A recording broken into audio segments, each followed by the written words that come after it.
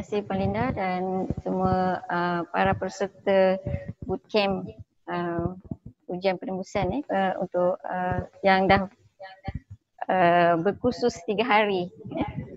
So hari ni saya cuma nak berkongsi ilmu lah mengenai kemajuan kerjaya pengurusan keselamatan maklumat. So kalau kita tengok dalam bidang SME, untuk pengurusan keselamatan maklumat saja kita ada tiga khusus, iaitu yang pertama keselamatan dan perlindungan maklumat, kemudian pengurusan insiden dan forensik, penilaian tadbir urus dan audit keselamatan maklumat. So dalam SPK yang kita extract ada dalam 40 orang lebih lah yang specifically bidang dia pertama dan kedua tu adalah pengurusan keselamatan maklumat. Jadi ramailah yang saya tengok dalam bidang pengurusan keselamatan maklumat. Jadi untuk succession plan lah sebenarnya ni untuk kami, saya lah especially dah tak lama lah sebenarnya, so saya minta sebenarnya ada succession plan. Jadi untuk sebenarnya saya punya SME adalah pengurusan insiden dan forensik. Kalau kita tengok keliling perkhidmatan bilangan 1 tahun 2019 yang tak pernah tengok lagi lah. Saya harap tuan-tuan dan puan boleh lihat perkeliling perkhidmatan bilangan 1 tahun 2019 yang dikeluarkan oleh Mampu, iaitu Ketua Perkhidmatan F adalah Mampu, yang dikeluarkan pada April, kalau saya April 2019 tahun lepas. Kat situ ada penerangan khusus mengenai bidang-bidang, 14 bidang ni lah, 14 bidang. Jadi spesifik bidang, 3 bidang tu memang ada dalam, boleh lihat dalam perkeliling tu sendiri. Yang ini saya akan khususkan kepada pengurusan insiden dan forensik. Saya nak you all sebenarnya ada feel untuk pengurusan insiden dan forensik yourself lah. So sebenarnya kalau nak menjadi SME untuk apa-apa pun, apa-apa bidang pun sebenarnya, kita pertama minat. So minat tu sebenarnya penting dalam kita punya kemajuan kerjaya tu sebenarnya. Sebab saya tengok ada yang dalam dia punya degree pun bukan dalam sains komputer pun, accountant, tapi dia minat, dia boleh pergi sampai ke peringkat pengurusan insiden dan forensik keselamatan. Sebab benda tu bila minat kita go deep. Yang tu. So lagi satu mungkin rutin kerja kita lah. Rutin kerja harian. Saya tahu tuan-tuan dan puan di agensi masing-masing ada satu unit ataupun section keselamatan. Jadi kalau ada unit keselamatan tu sendiri, it's good for you lah, because benda tu you all boleh hands on, boleh experience through you punya hands on tu boleh jadikan experience lah. Itu rutin kerja. And then satu time to time, macam mana kita nak tingkatkan kita punya tu ialah dengan latihan, kursus, bengkel, seminar macam yang tuan-tuan hadiri pada hari ini ialah part of you punya kompetensi. Dan bila dah ada experience tu, kita go for certification. That's the core lah, core kita punya. You nak test how your expertise you tu, bila ada persijilan tu lagi tinggilah markah. So itu persijilan. Of course lagi satu penglibatan projek. Penglibatan projek tu penting because daripada situlah kita tahu peranan kita. So contoh dia, kita menyumbang apa. Sebab dalam SPK tu dia akan tanya kita menyumbang dari segi apa. Dari segi ahli saja, dari segi mungkin dalam pasukan projek tu pengurus projek, ahli ataupun specifically you punya bidang lah. Dan of course selepas hadir latihan kursus tu, saya mohon semualah isilah, update lah dalam SPK tu. Update. Cik Malik update dalam SPK. Ini permintaan juga daripada pihak mampu lah, sebab mampu yang handle SPK ni. Sebab daripada situ juga bukan dari segi bidang juga sebab untuk naik pangkat, untuk pertukaran whatever semua diguna SPK. Jadi jangan kata SPK ni untuk laluan kerjaya saja, tidak. So maknanya dia akan lihat kita punya repository itu dalam SPK. So apapun kita ambil SPK lah itu, sebab itu je yang maklumat yang kita ada. Kita nak ambil daripada mana? So itu je yang kita ada. So daripada SPK lah. Jadi saya minta nanti tuan-tuan dan puan yang dah hadir, apa-apa pun pelatihan, kursus, seminar, bengkel, update. Dan update tu ikut you punya bidang lah. Bidang apa sebab kat situ ada markah. Dan kata saya untuk next assessment untuk SME dah tarikh tutup dia 14 September kan? 14 September. Jadi saya harap semua dah isilah. Okey. Saya nak cerita sikit pasal SME ni. So kalau dah baca perkeliling perkhidmatan bilangan 1 tahun 2019, dekat situ bila dah tuan-tuan dan puan assign to be SME ni, dalam muka surat 14 kata saya penempatan tu adalah dimampu, tapi sebenarnya tidak. So sebenarnya tidak. So sebenarnya kalau ikut yang current punya SME yang dah di-recognize pada 9 orang, apa yang JPA maklumkan adalah kita duduk di tempat asal SKUP. SKUP. Macam saya pun saya duduk tempat asal saya SKUP je lah. So yang itu tuan-tuan dan puan jangan risau kalau di recognize SME tak bagi mampu lah. Ada yang setengahnya memang tak nak bagi mampu kan. So memang akan duduk di tempat asal masing-masing sebagai KUP. Okay. Lagi satu, bila dah engage as SME, yang ini yang kena lihat. Kena lihat. Saya nak you all faham apa SME tu. Kemudian dari segi penilaian, penilaian sebab kita ada tahap biasalah, dah tahu ada tahap 1, tahap 2, tahap 3 dan tahap 4. Macam saya tahap 4, LMPT tu 20% je sebenarnya. 20%. Yang lain adalah SSA. SSA tu untuk Special Assignment for SME punya assessment lah, SSA. So kita akan di-assign SSA tu. So at the end of kita punya penilaian tu, kita tengok SSA tu kalau tahap 1 20%. Tahap 2 40%, tahap 3 60% dan tahap 4 80%. So saya sebenarnya more on 80% lah saya punya SSA. Dan kedua-dua tu mesti mendapat 90%. 90% plus. Baru boleh you go next step. Baru boleh confirm and next step lah. So yang tu kena lihat bila tuan-tuan dan puan go for SME nanti. And then assignment SME tu pula dia bagi pada ada 6. Ada 6 kat situ. Of course kelayakan profesional. Kelayakan profesional tu tadi saya kata dia more on persijilan lah, persijilan. So apa yang berkaitan dengan persijilan kita. So kalau keselamatan perlindungan maklumat kita, of course kita ada kita punya persijilan yang kita dah dapat, dah recognize. Mungkin kalau tak ada pun, biasa kalau security ni tak macam network, dia ada basic, foundation and advanced. So kalau security ni dia terus je, dia terus dapat yang certification. Katalah CISO ke kalau yang SMS tu terus SMS kan.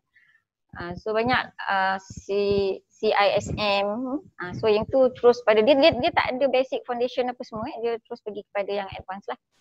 Okey, yang kedua adalah penulisan, penerbitan dan pembentangan. So yang ini of course kita kena ada penulisan, penerbitan dan pembentangan lah. So macam dia by tahap lah yang tu.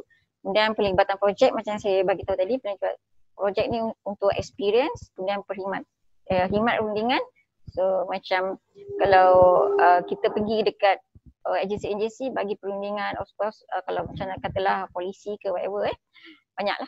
Kemudian mentoring. Mentoring ni penting sebab saya sebenarnya nak cari untuk menti saya. So lepas ni boleh mohonlah untuk jadi menti saya sebab menti ni penting sebab saya ada beberapa projek untuk perusahaan insiden dan forensik untuk saya bawa pada assessment nanti, dan yang menti saya ni saya akan of course saya akan bagi kredit untuk masa penilaian SME nanti. So yang tu bila dah masuk dalam situ nanti mudah dapat markah lah, insyaAllah. Okay. Semua isi lah tu saya kata, tapi kalau siapa yang nak jadi menti saya boleh PM saya sendirilah. Sebab saya nak masukkan dalam saya punya SSA. Sebab ada beberapa projek yang saya nak assign lah. Sebenarnya dekat dalam sini juga ada 3 orang anak buah saya lah. Yang sekarang ni Dr. Lina, Cik Bat, Cik Nadia, part of saya punya forensik dekat Mampu. Okay, now saya pergi pada itu yang more on sebab apa saya cerita yang SME ni, sebab dia ada kaitan dengan SME tu dengan kita punya apa yang saya nak kongsilah hari ni. So dekat Mampu kita dah ada DF Lab, MyDF Lab. So DF Lab tu Malaysian Government Digital Forensic Lab, MyDF Lab, yang sebenarnya dah lama dah, tahun 2016. Dia ada hasil daripada projek SISDEP, Cyber Security Development Project dengan CSM. So 2 tahun dah habis dah tamat. Kemudian kata saya dalam Jun 2017 ada satu surat daripada KP Mampu mewar-warkan penggunaan MyDF Lab ni kepada semua KSU. Mungkin saya tak tahulah benda tu sampai ke mana, tapi dah ada lah sebenarnya. Dah ada untuk penggunaan DF Lab ni di peringkat sektor awam. Kemudian dah pun diresmikan, dan lab tu ada di Cyberjaya.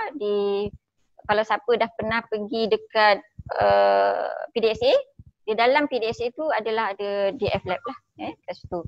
Kemudian sebenarnya tujuan DF Lab ni sebenarnya untuk mengurangkan kos daripada perkhidmatan yang diberi secara percuma kepada DF Lab, dan kita sebenarnya bagi experience how to use all the tools and whatever yang ada untuk dalam DF Lab lah. Kita bagi sendiri how do you feel menggunakan perkakasan dan perisian.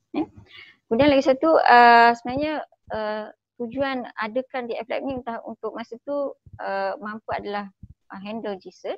So kita nak mengumpulkan keupayaan lah dari segi kompetensi itu sendiri di peringkat F, di peringkat skim F dalam bidang forensik digital lah. Sebenarnya forensik digital ni dia ada kaitan dengan pengurusan insiden tu. Pengurusan insiden dulu baru pergi pada forensik. Sebab kalau kita tengok pengurusan insiden dia pergi pada first tu pengumpulan maklumat whatever, and then bila investigation tu baru pergi kepada forensik. So dia flow dia macam tu lah. Start daripada you dapat case, exhibit case tu, kemudian you pergi collect data, kemudian daripada collection tu terus pergi pada investigation. So investigation ni lah dekat forensik ni. Okay, dekat dalam MyDF Lab ni kita ada 4 perkhidmatan. 4 perkhidmatan untuk sanitasi, sanitize, kita pemulihan data, kemudian forensik komputer dan mobile. So hari ni punya yang 3 hari adalah mobile penembusan mobile. So ini adalah basic kepada bila pergi forensik mobile tu. daripada startup. Kemudian selain daripada itu juga selama 2 tahun tu keperluan perkakasan perisian tu semua kita guna yang sistem punya peruntukan lah masa tu, dan dah at the same time masa tu dah habis. So kita baru dapat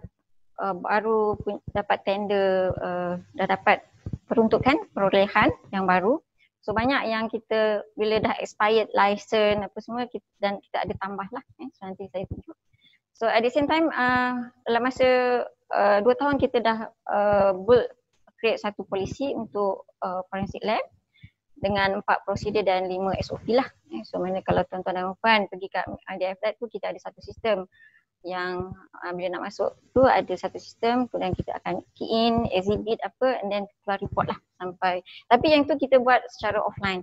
Biasalah kan kalau security ni mana boleh sangat yang online, kita test pun offline dulu. So mungkin next tu kita akan guna online lah. Okay. Dengan 31 perisian dan 34 perkakasan lah untuk yang betul. Okey, yang ini adalah kalau kita lihat apa yang dah kita selama 2 tahun tu. So ini adalah kalau tengok status hingga Ogos 2020, kalau start dengan 3 exhibit, so kita meningkat pada 2017 400 lebih, kemudian 2020 ni kurang sikit sebab kita ada PKP. So bila PKP kita tak boleh pergi physical. So macam mana nak buat lah. So itu more on sekarang ni kita tingkatkan lagi lah. So saya nak share apa yang kita ada dalam DF Lab. So kalau kita tengok on perisian. Perisian yang tuan-tuan dan puan boleh guna kalau forensik komputer dan forensik mudah alih. So kita tengok ada FTK lah. FTK, XRY dan Axiom. Axiom tu yang baru lah, yang kita buat perolehan baru Axiom. Kemudian untuk sanitasi dan pelupusan data, ada yang baru adalah Blanco. Blanco sebelum ni tak ada. Blanco ni kita baru dapat tahun ni punya perolehan. Kemudian kita ada Super Duper, ada Woom Therapy, ada Etola Recycler. So yang sanitasi ni dah yang banyak sebenarnya. Kalau tengok exhibit yang banyak tu more on sanitization lah. Kemudian pemilihan data. Pemilihan data pun ada beberapa software. Kita guna Atola Insight, RStudio, ada PC 3000. So untuk setiap tu beza-beza lah dia punya penggunaan dia. So ada yang bila nak guna Atola, RStudio tak boleh, ada RStudio, Atola tak boleh. So kita combine kat situ untuk pemilihan data. Ataupun PC 3000. PC 3000 tu more on bila kita ambil image semua. Tapi RStudio tu dia boleh ambil sikit lah. Mungkin katalah files, mungkin by root ke by ni lah. Tapi kalau PC 3000 tu kita dapat image semua and then macam mana how to reconcile balik data, tu baru kita guna spesifik, guna RStudio, guna ni lah. Yang tu on apa yang kita ada. And then dari segi bilang exhibit, kalau tengok kat situ memang sanitization lah yang paling banyak sebab itulah saya nak mewawarkan supaya sektor awam guna forensik komputer, guna forensik mobile dan pemulihan data. Sebab kalau tengok sangat rendah dia punya penggunaan. Jadi sebab bila kami diminta, salah satu SysJab punya objektif ialah untuk menaik taraf MyDF ni kepada mendapat persetujuan ISO IEC 17025. Tapi bila kami lihat, kami nak buat audit untuk 17025 tu, dia just sanitize, dia tak lepas. Sebab experience saya pergi dekat forensic lab MCMC, dia kebanyakannya dia memang guna untuk yang mobile, forensik mobile, forensik komputer dan pemulihan data lah. Yang sanitize memang very minimum dia guna. Sebab tu dia boleh dapat, dan bila kami pergi awareness belajar 17025, memang kalau sanitize saja memang tak boleh nak dapat persicilan. So next step saya mohonlah nanti siapa-siapa yang ada di agensi luar tu, why not guna sepenuhnya kita punya lab untuk buat forensik. Kita akan bantu, akan ajar. So you akan dapat feel sendiri macam mana mengendalikan kes-kes yang berkaitan dengan forensik mobile, forensik komputer dan penggunaan data itu sendiri. Yang sanitization tu mudah sangat sebenarnya. Sebab you nak tengok and then keluar report, contoh dia MOE. MOE punya laptop, notebook yang sewaan tu of course kena sanitize bila vendor dah tamat. So kat situlah peranan MyDFLab tu. Bawa ke ni, ataupun kita sekarang ni kita dah ada Blanco, kita boleh pergi buat sanitization and then keluar report and then kita serah balik benda tu untuk kegunaan. So benda tu free je. Tapi kalau you guna perkhidmatan kat lain memang dia bayarlah. So ada cost kat situ. Tapi di DFLab ni kita memang secara ni memang free lah kita bagi. So yang tu boleh buat sendiri pun. Buat sendiri. Super juga yang lain-lain lah, perkhidmatan yang lain yang forensik komputer, mudah alih dan pemulihan data. Pemulihan data tu very challenging lah sebenarnya. Sebab yang tu kita pernah guna lah. Ini saya cuma nak tunjuk apa yang kita ada lah. So kalau tuan-tuan dan puan pergi dekat DFLab, kita ada perisian-perisian dan perkakasan yang ada lah tadi yang saya dah bagi tahu. So ini adalah beberapa yang tuan-tuan dan puan boleh tengok apa yang kami ada. So ni just nak bagi feel je kat you all. Bagi feel how forensik, DFLab forensik. So ini just saja nak tunjuk Blanco punya perolehan macam mana, apa yang nanti you all gunakan. Ini Blanco Management Console ini daripada tim kami jugalah.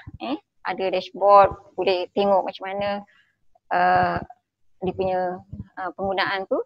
Dan di satu ini pun Blanco ni sebenarnya untuk sanitize, untuk nama pun Blanco. Blanco untuk erase whatever yang ada dalam yang dah delete pun sebenarnya boleh dapat lagi, boleh extract lagi. So bila guna Blanco or whatever sanitize, so dia dah zero price kan dia punya hard drive tadi. So ni adalah nak bagi you feel je kat sini macam mana dia guna. Kemudian yang ini PC 3000, saya tak ambil semualah PC 3000 yang saya kata mahal tadi. So PC 3000 ni pun kita ada portable lah yang kita boleh bawa untuk ni kita tengok. So yang ini memang kalau tuan-tuan dan puan-puan dah pergi investigate kat situ, dapatkan memang nanti baru rasa lah macam mana dia kalau PC 3000 tu dapat balik image tu untuk keseluruhan. Katalah contoh dia bawa hard drive tu kat situ, dia akan jumble up semua.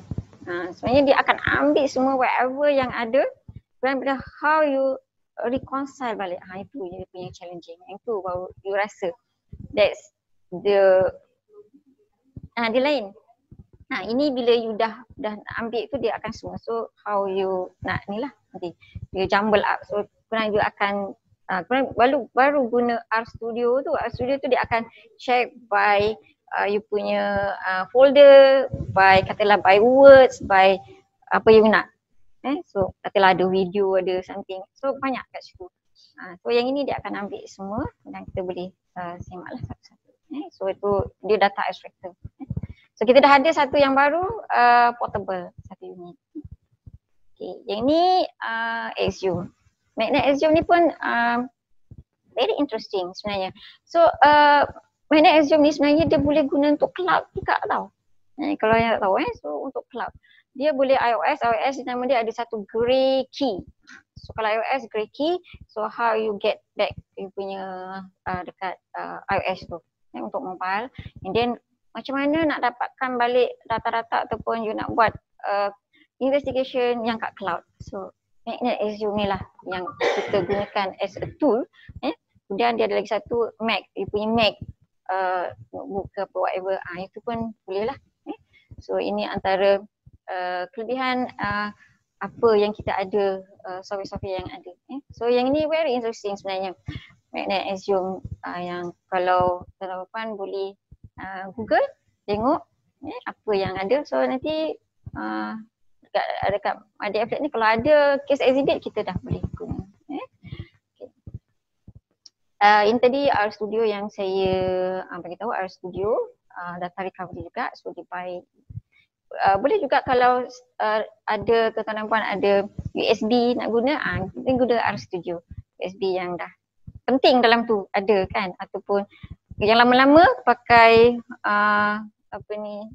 CD-ROM lagi kan dulu kan. Kalau benda tu pun ada pun kita boleh guna sebenarnya, boleh recovery balik guna RStudio tu yang spesifik lah.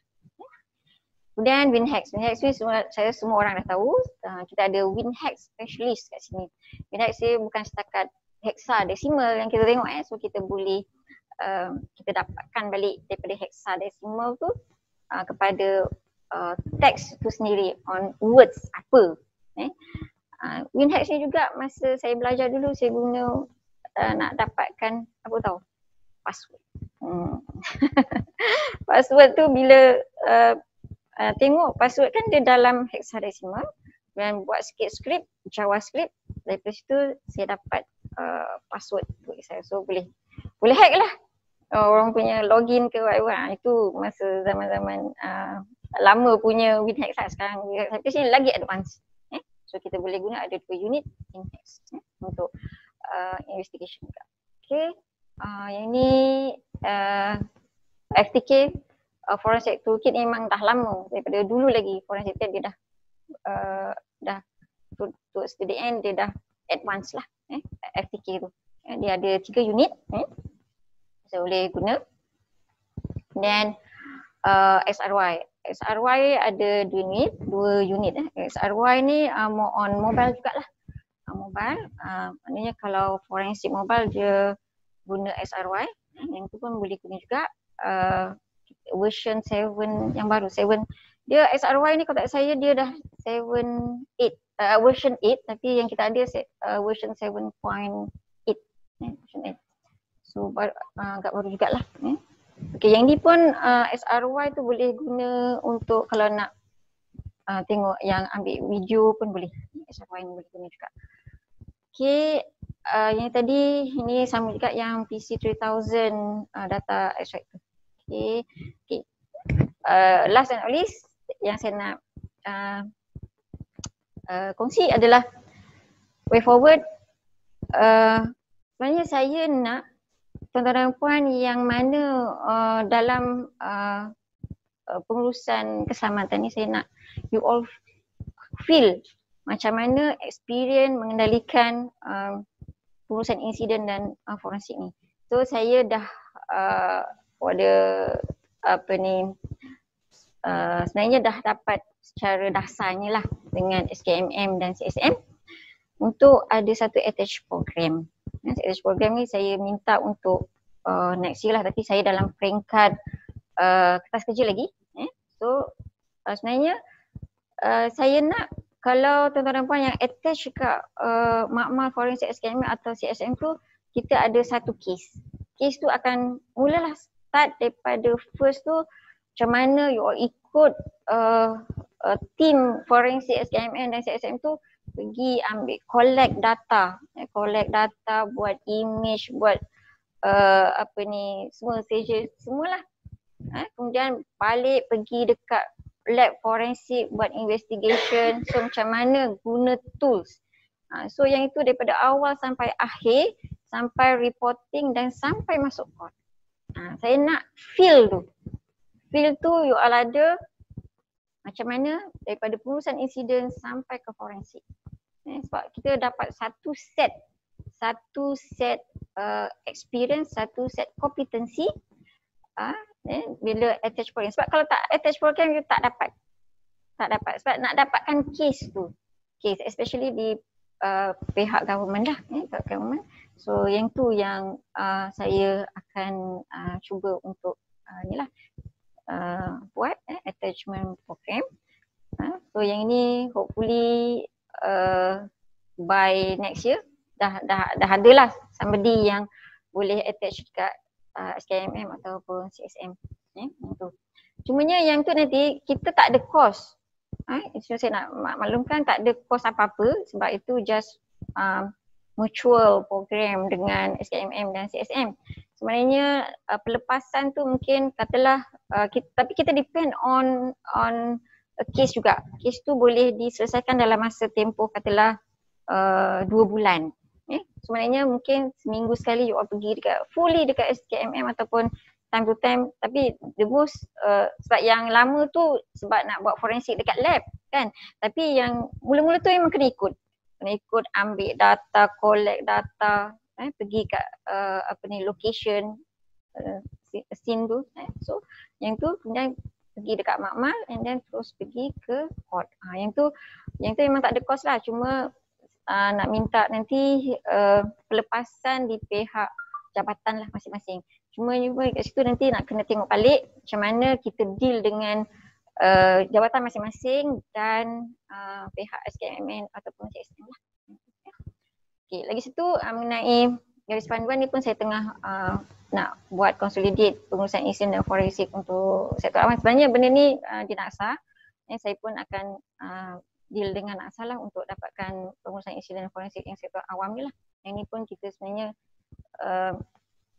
need benda tu untuk kita buat satu garis panduan. Sebenarnya kalau tengok dari segi keselamatan memang sangat meluas, sangat banyak.